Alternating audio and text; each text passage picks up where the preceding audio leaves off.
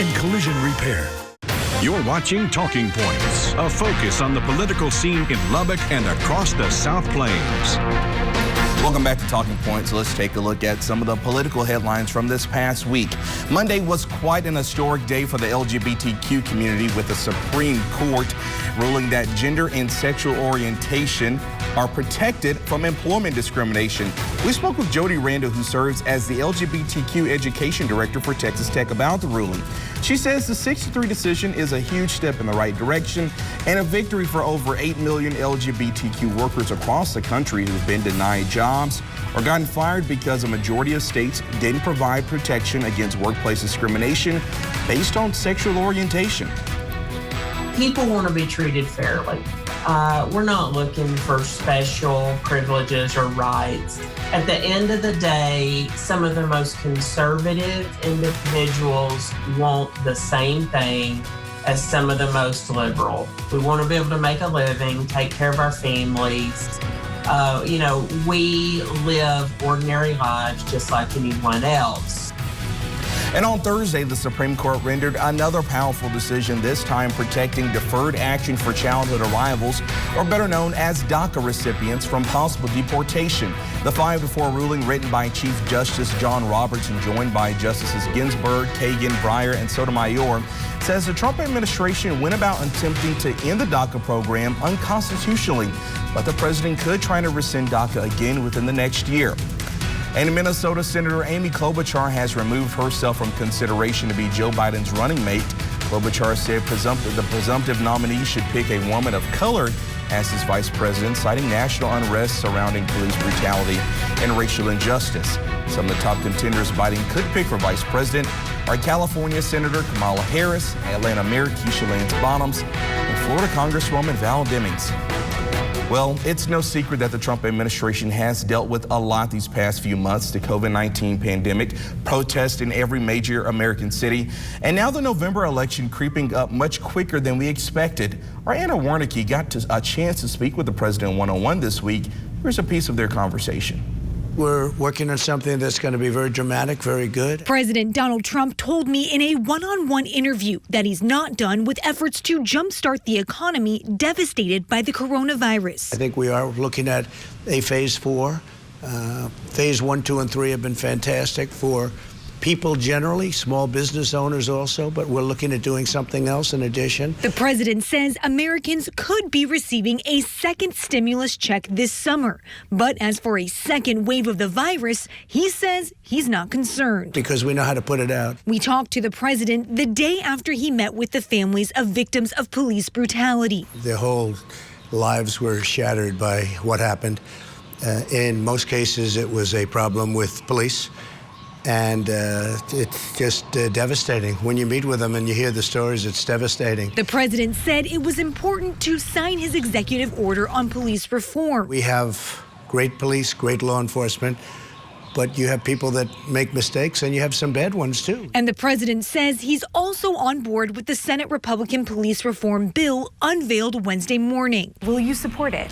Well, I will, and I've looked at it. But he says the fate of further police reform is now up to the Democrats, who have threatened to block the bill in the Senate. Let's see what happens with the Democrats. They want to have, they want to defund. I mean, they literally want to defund our police, and frankly, they would abolish our police if we weren't here. While most Democrats don't want to abolish police, many do want to make it easier to sue officers and police departments for violent acts. We asked the president if, in the midst of nationwide protests over racial injustice, will it be more difficult to unite the country in the middle of a re-election campaign? I don't think so. There's a great feeling. I think it's just a great pride in the country. At the White House, I'm Anna Warnicki. Joining us now is Gracie Gomez, the newly elected chair of the Lubbock County Democratic Party. Thank you so much for joining us. I really appreciate it. First off, tell me, how's the job been? You're fairly new to it. How's it been so far? Well, it's been a learning experience. I've met a lot of incredible people that have been very helpful. I'm going to love it. If we can get COVID-free, I'll be able to be a lot more active than what I have been able to be. But I think it's going to be great. Why'd you decide to run for chair? Well, You know, I used to think voting was all I needed to do my part. And as I began to attend events, local events, and meetings and canvassing and voter registration, I realized that I needed to be involved. I needed to get active. And so I did, and as I became active, I was approached by some of the party leaders and asked to run, and I did. Gotcha. Talk about, of course, we're in the middle of a COVID-19 pandemic. How's it been, as the party chair, having to really struggle through those challenges? It has been challenging because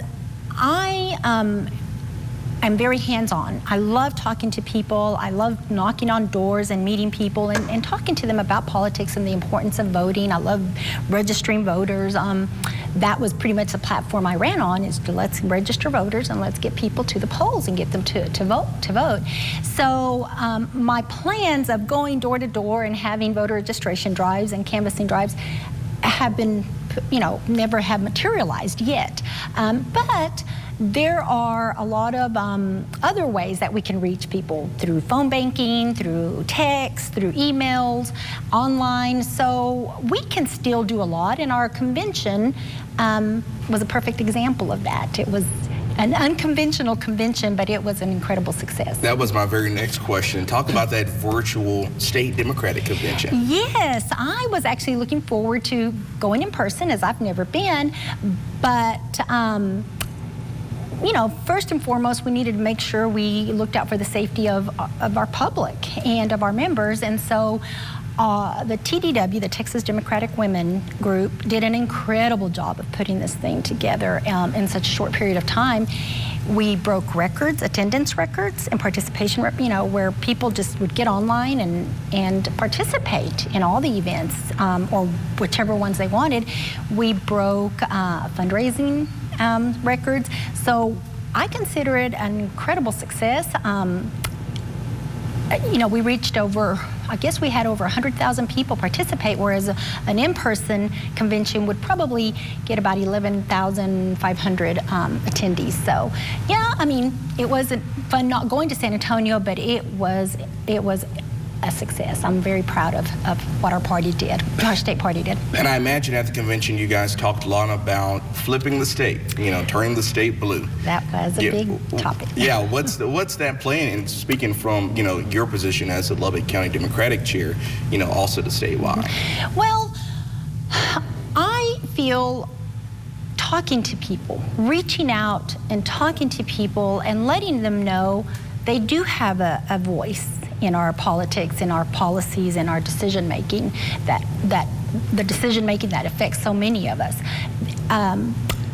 One of the most heartbreaking things I have heard when I've canvassed in the past and registered voters is that people will tell me, well, my vote doesn't count. If only they knew how much it does count.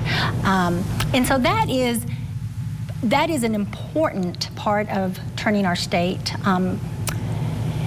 and making it more balanced, where more people feel represented and more people feel like they have a voice. There are a lot of people that just don't feel that with our current state. And so it's important, but talking to people, reaching out to them, and letting them know their vote does matter, but they have to vote.